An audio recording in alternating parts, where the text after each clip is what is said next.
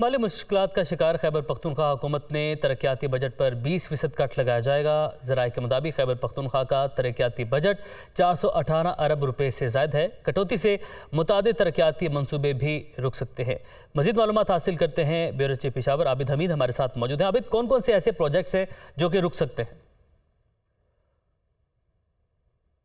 देखिए, खैबर पख्तूनख्वा हुकूमत जो है इस वक्त शदीद माली मुश्किलात का शिकार है। ये सिलसिला कुछ अर्सा कबल से चल रहा था और जो सैलाब आया उसके बाद जो उसकी तबाहकारी हुई है तो उससे सूबाई हुकूमत की मुश्किलात बड़ी ही हैं। इस वक्त जो नई असेसमेंट जो सूबाई हुकूमत के पास आई है मुख्तलिफ महकमों की जानिब से, उसमें बताया गया है कि 130 अरब रुपए का वो जो है वो सूबे को नुकसान हुआ है सैलाब की वजह से, जिसमें 80 अरब रुपए सिर्फ सैलाब जो सरकारी इमलाक है उनको नुकसान पहुँचा है। इस वक्त से सूरत हाल ये है कि सूबाई हुकूमत जो है उसको पैसों की अशद ज़रूरत है। विफाक के साथ हालात जो है वो बेहतर और मामूल के मुताबिक नहीं चल रहे, जिसकी वजह से उन्हें जो है वो तरक्याती बजट पर कट लगाने पर गौर करना शुरू कर दिया गया है।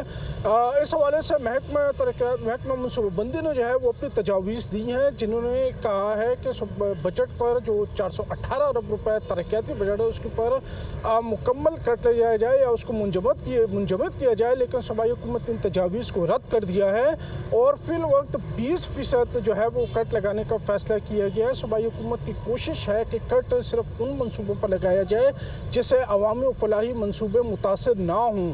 इस हवाले से जो है वो मज़ीद तजावीज़ भी जो है इन महकमों से तलब की गई हैं।